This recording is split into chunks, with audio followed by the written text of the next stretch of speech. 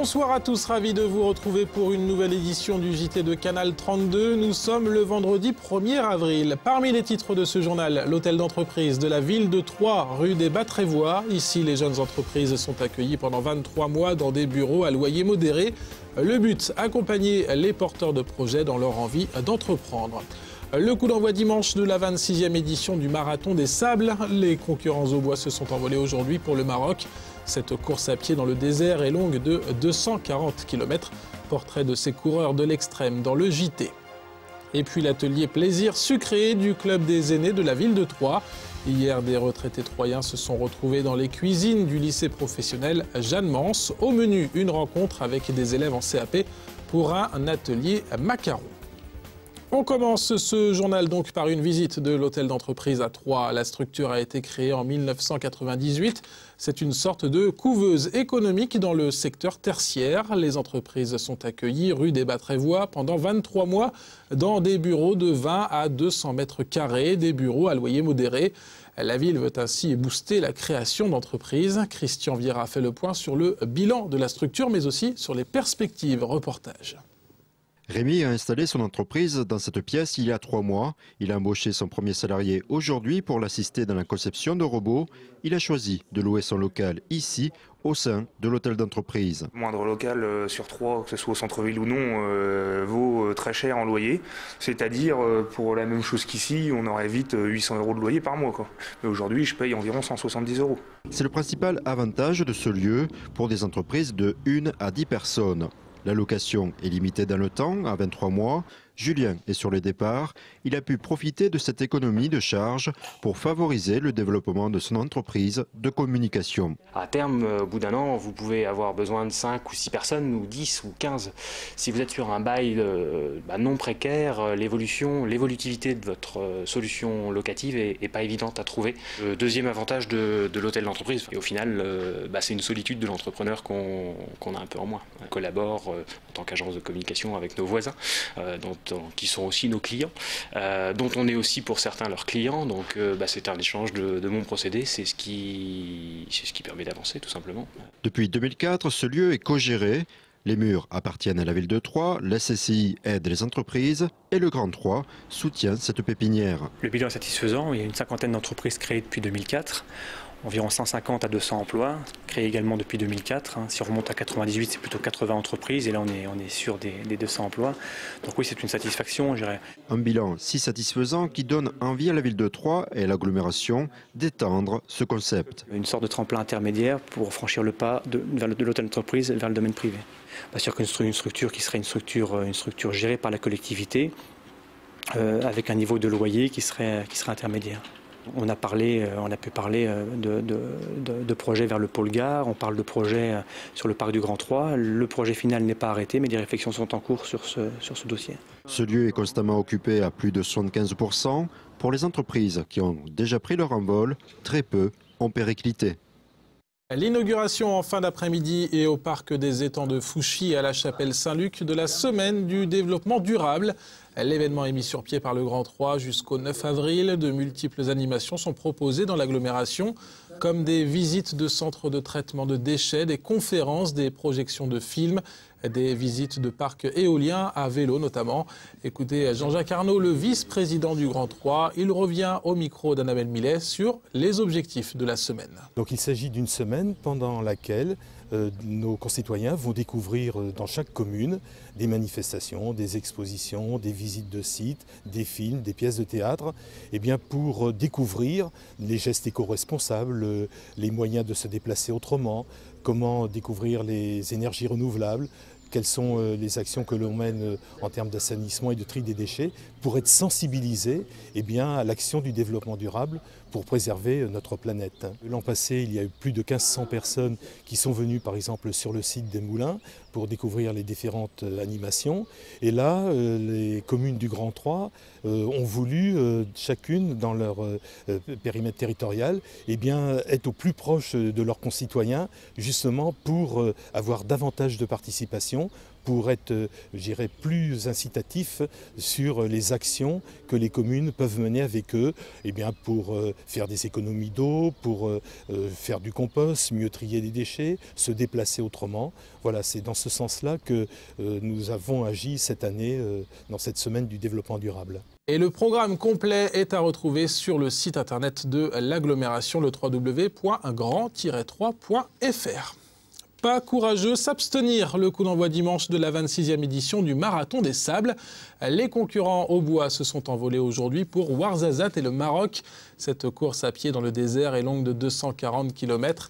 L'épreuve et ses 1000 concurrents sont d'ailleurs dirigés par un au-bois, Patrick Bauer, dans le département. Un petit noyau de spécialistes de long raid repart cette année en entraînant quelques novices. Avec eux, rencontre avec David Mutel. Comme chaque année, comme un rituel, de nombreux au-bois répondent présents à l'appel d'un autre au-bois, Patrick Bauer, l'organisateur du Marathon des Sables. Cette année ne fait pas exception à la règle et comme souvent, il draine son lot d'habitués mais surtout de copains. Ils sont 6 cette année à avoir fait la démarche de retourner dans l'enfer marocain. Philippe Nicastri. Et de cela, il a quelques marathons des sables à son actif ainsi qu'un raid dans le Ténéré. Le Troyen n'est pas encore lassé de repartir vers les steppes arides. Repartir pour les paysages, pour le challenge, faire mieux que l'année dernière, l'esprit d'équipe aussi, et puis pour la belle aventure. Dans son sillage, 2 camarades vont découvrir la 26e édition d'une épreuve mythique par sa dureté. Tous deux redoutent et appréhendent les difficultés. Ça va être quelque chose qui va être très dur, surtout pour les pieds. Après l'état mental, surtout le mental qui va primer, je pense. Le fait de courir, ça c'est, je pense pas que ce soit un problème, mais je pense que l'autosuffisance va être un sérieux problème à gérer. L'autosuffisance alimentaire est bien sûr un problème, mais l'ennemi numéro 1 reste le soleil et la chaleur intolérable. Bon, faut pas non plus exagérer. Oui, c'est vrai que c'est pas toujours très agréable, mais c'est pas non plus l'horreur pendant une semaine. Oui, mais c'est 50 degrés, c'est le chiffre fait un peu peur, mais la perception de la chaleur n'est pas forcément la même là-bas. 50 degrés ici, ça ferait vraiment très mal parce qu'on n'a pas l'habitude et puis le degré d'hygrométrie est quand même beaucoup plus élevé, etc. Alors que là, c'est des chaleurs sèches, c'est un petit peu différent. Dimanche, les 938 coureurs s'élanceront pour 240 km de course à travers le Maroc. Le Marathon des Sables sera divisé en plusieurs étapes pour arriver ensuite à destination le 9 avril prochain. C'est le plus ancien carnaval de la région, le carnaval de Crenay. C'est dimanche, les chars vont défiler dans les rues Cœur-le-Quine à partir de 15h30. Les 3000 spectateurs attendus pour cette 27e édition pourront admirer entre autres Shrek, les Schtroumpfs ou Duffy Duck. Au programme également fanfares, costumes multicolores et confettis. À Crenay, dans la grange où sont fabriqués les chars, c'est l'heure des derniers préparatifs pour les organisateurs, en l'occurrence le CRAC, le Carnaval Recherche Animation Crenay. Écoutez Jean-Claude Chamon, le vice-président du CRAC. Depuis le mois de novembre qu'on est dessus les chars, qu'on fait de la fabrication, des modifications, des peintures, des installations sur les plateaux, pour qu'on soit prêt justement pour le 3 avril de cette année. Donc ça représente quand même pas mal de travail puisqu'on est là pratiquement tous les matins depuis 3 mois, quoi. 3 mois et demi, en gros. Hein. On est 2, 3, 4 quelquefois en général. Il y a les costumes, il y a quand même les chars et puis c'est un carnaval traditionnel. Donc c'est du carnaval qui est tiré par les gens. On n'a aucun tracteur qui nous traîne nos chars. Donc c'est vraiment du traditionnel. On a une confrérie. On fait un jugement, et puis voilà, quoi. Et puis à la fin, on brûle notre préféré, comme dirait. Hein? Voilà, c'est pas une cavalcade. Il n'y a rien qui traîne les chars. Les chars, ils sont traînés par les gens. La 27e édition du Carnaval de Crenay, c'est donc dimanche après-midi, le coup de canon à 15h30 précise.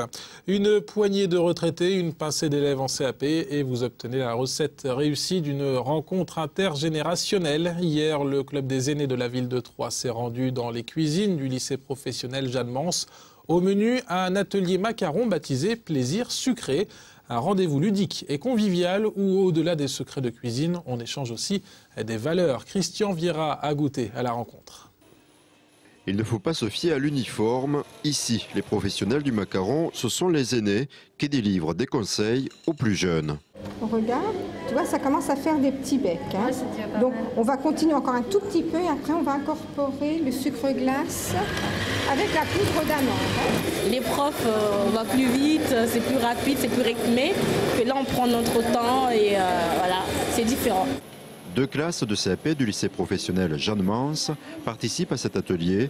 Pistache, chocolat ou citron, quel que soit le parfum, les macarons sont préparés en binôme avec une personne âgée. Aujourd'hui, on apprend à travailler avec d'autres personnes qui ne sont pas d'ici, qui viennent justement découvrir comment nous on travaille et nous donner des conseils. Et voilà, c'est une bonne expérience. Déjà, ils n'ont pas le même âge. Justement, ces macarons permettent de lever la barrière de l'âge pour ces retraités toujours jeunes dans leur tête. La retraite, c'est bien dommage, parce qu'on discute moins avec les jeunes. Parce que vous vous retrouvez plus dans des activités avec des moins jeunes. Favoriser les échanges entre générations, tel est le but de cette opération. Le club des aînés de Troyes en organise près de 5 par an, autour de thèmes très divers. On a organisé un thé dansant où ce sont les lycéennes du lycée Jeanne Mance qui sont venues nous donner un coup de main sur le thé dansant. Aujourd'hui, ce sont les aînés qui viennent montrer et transmettre leur savoir au niveau des lycéennes. Ça permet aux lycéennes de s'intéresser à la personne, on va dire, d'un certain âge, mais sous un autre angle, en voyant des personnes dynamiques qui se passionnent pour divers sujets, qui ne sont pas du tout dans la passivité. Et pour les aînés, c'est une façon de transmettre leur vécu. Le produit d'appel, c'est le macaron. On apprend à faire les macarons, mais on parle de la vie de tous les jours, des expériences passées et tout ce qui s'ensuit. Ce partenariat avec le lycée Jeanne Mance existe depuis 2 ans. Il profite également aux élèves. Alors elle se destine à travailler soit dans les collectivités, donc maisons de retraite, foyer logement, mais également auprès des particuliers, puisqu'elles peuvent intervenir au domicile des personnes âgées dans le cadre de l'aide ménagère. Donc c'est quand même une première approche intéressante et vraiment sympathique comme contact avec la personne âgée. Tous les mercredis, le club des aînés utilise la cuisine du lycée.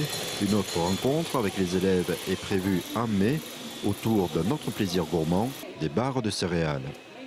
Et sur cette note sucrée que nous refermons ce journal, on se retrouve dans un instant pour la météo avec Sandra Durupt. Lundi, nouvelle édition du JT dès 19h30. Bon week-end à tous sur Canal 32.